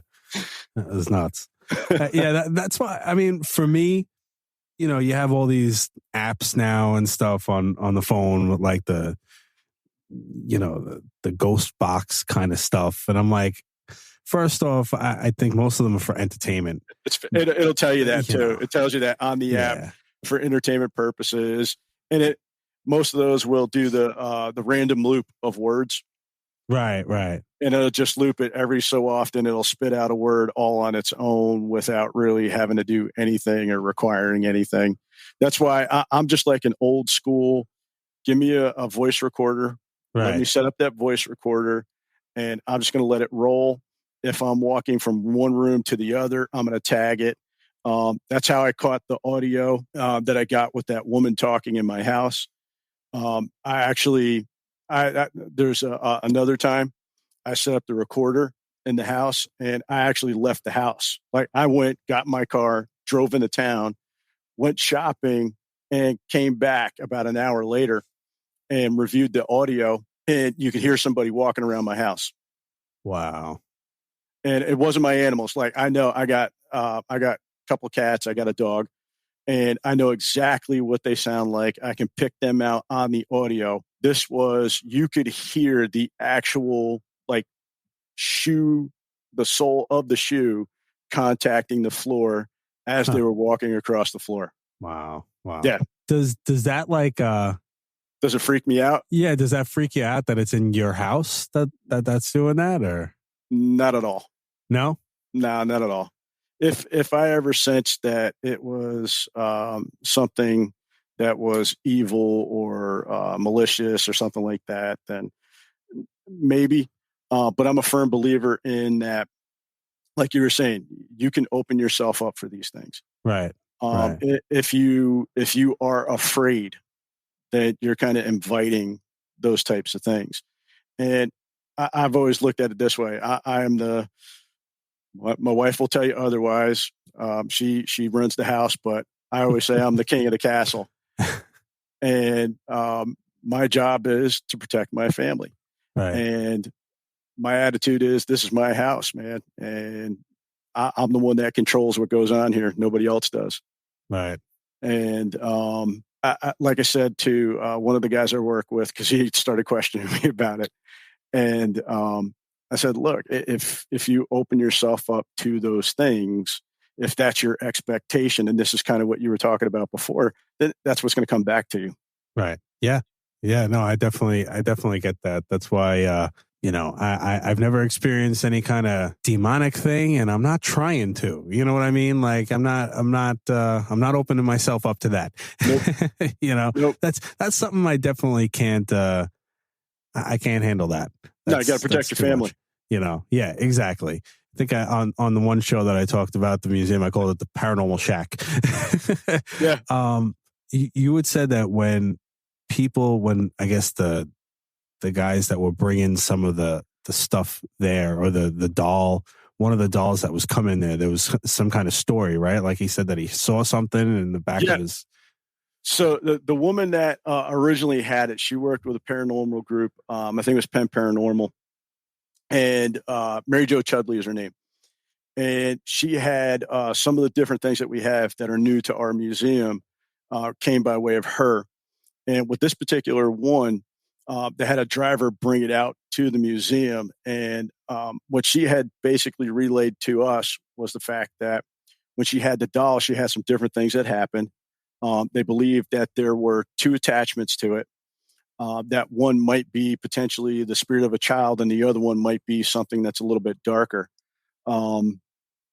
So when the doll was actually in the back seat, the person that was driving it out to the museum looked up in the mirror and saw a shadowy figure sitting next to the doll in the back seat. I'd have been like, all right, pull over, get out. You guys keep the car. I'm out. Yep. Yeah, exactly. Exactly. I mean, I like the stuff, but yeah, no, I'm not dealing with that. That's wow. That same doll, I don't remember if I told you this one, but we have those little motion balls. Mm-hmm. Right. So I was in there setting up my camera because that's just the way I am. I'm always videotaping that stuff and filming it and everything and doing audio. And I had we have the cat ball out there because supposedly the doll moves. And like I said, I'm all about, let me get it on video, dude. I want this on video so I can see it and I can show people. And I had the camera, I was getting it all set up, and I was setting down I think it was my millimeter. I'm setting the millimeter down next to the doll. And before I even touch this thing, the ball starts going off. So the lights start blinking and everything because the ball had moved and I hadn't even touched it. So again, try to be scientific. So I'm retracing everything that I did to see if I can make this thing go off again. And it didn't go off. I was hitting the chair with my hand, banging on the chair to try and get that ball to go off, and it wouldn't go off. Well, yeah, honestly, I was a little upset when I went there and that girl sat down next to the doll instead of me. I was like, damn it, I want to sit next to the doll. Because you're like, oh, yeah, you might get an attachment if you sit next to them. I'm like, damn it, I want to sit next to the freaking doll. I had another tour. I had a tour. This is probably going back maybe about 3 weeks ago.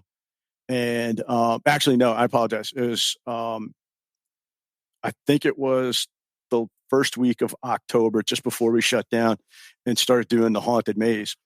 And I had a guy come in on the tour, packed group, and he sits down and he puts his arm around the doll. And I'm like, look, dude, I'm like, disclaimer. Anything attaches to you, anything follows you home, that is your problem. That is not my problem. That is not the town of Crawford problem. That is not the museum's problem. That is all you, dude. I was like, so I don't want to wind up in court and you're trying to sue me for an attachment.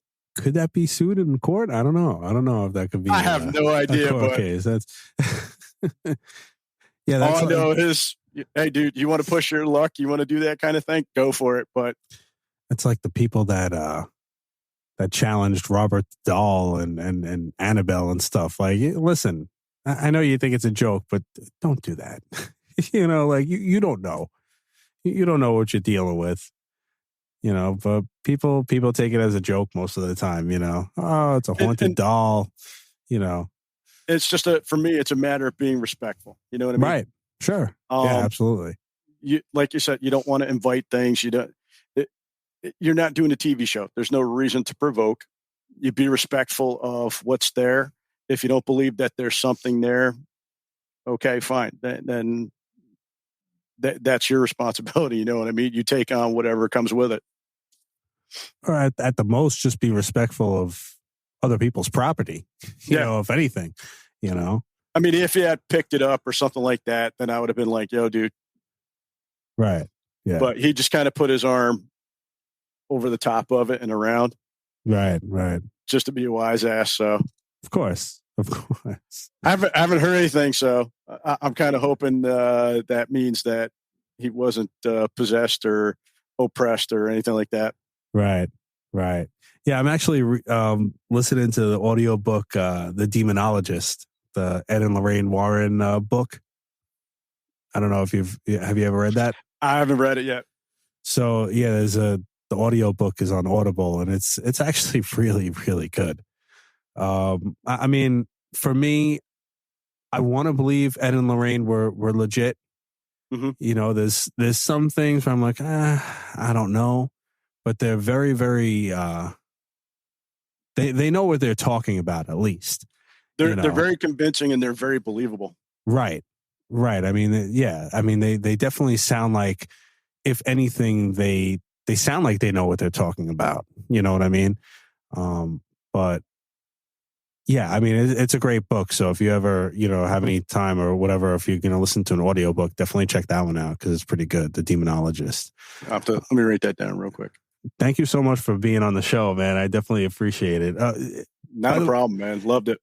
Yeah, definitely. If somebody had to reach you in any kind of capacity, either with the MUFON or if they had any kind of paranormal investigation that they'd like you to do or anything like that, how could they do that? So they could reach me, like you said. Yeah, I think you have my email address, right? Yeah. You could always post that if you wanted to. Okay. Wright MUFON FI at yahoo.com. Okay. I'm on Twitter. This is how much I pay attention. I don't even know what the hell my Twitter tag handle, whatever it is. Right. I'm horrible when it comes to this stuff. So they would be able to get in touch with me with at open-minded SKEP, SKEP 8. And it would be a capital O for the open-minded. Okay. So they can hit me on that, and I could try to respond to people there. Obviously, I'm not going to give out my phone number. Right, sure. Absolutely. But you have it. If anybody ever contacts you, you can always contact me. Definitely. Other than that, they can stop by the Pine Bush Paranormal Museum. Right now, I'm doing Sundays. Okay. Yeah, and definitely tell Lance I'm going to have him on the show, too. He's not getting away that easy. Oh, I'll get him. I'm definitely going to have him on the show. And I'll let him know tomorrow. Because I'm sure the fact that he's the manager there and, he's at that museum, obviously, I'm sure he's got plenty of stories as well. So, and from what I'm told by somebody else, he has a different view on Bigfoot that I'd like to hear his view as well. So he and I argue about that stuff all the time. But that's what's funny is that, and that's what we were saying before about the respect issue is you can have two different opinions and still be nice to one another, still get along with one another. Why? Because you're not crapping on somebody else's beliefs. Absolutely. Yeah. I definitely agree with that. So yeah, thanks a lot, man. Really appreciate it. Anytime. And I'll let you know when the show's on and stuff. But if I ever get into my cousin's house and I'm actually able to do the investigation there, I'll hit you up. I'll send you some stuff. Awesome. I appreciate that. That's great. All right. Thanks a lot, man. Thanks a lot, man. Have a good night. Have a good night. You too. Bye-bye. Right, bye-bye. So that'll do it for this show, guys. I am Ghost Joe. Thank you to Chris Whitehouse of the Whitehouse Investigation Team and Edgegrave Dave for your awesome segments as usual. And thank you to John Wright for the amazing interview. I'll definitely have you on again, and I hope you guys enjoyed that. Thank you to the listeners, you guys, for listening and getting me to over 5,000 listens in 2 years. That's an amazing achievement, and I couldn't have done it without you guys. So have a happy and safe holiday, and I'll see you next year. I know that was super cheesy, but, I had to say it. All right. Later, guys. For listening to the Warp Reality Podcast. And thank you to all my guests and contributors that help make this show possible. For more episodes, guest info, social media links, merch, and more, please check out warprealitypodcast.com. If you have a paranormal experience you would like to share, questions, comments, or you'd like to be a guest on the show, please leave me a voicemail at 845-600-0744, or you can email me at ghostjoeny@gmail.com. You can do so anonymously if you'd like. Also, I'd greatly appreciate it if you could leave me a review on Apple Podcasts or warprealitypodcast.com. Have a great night, everyone, and don't forget to change your shorts.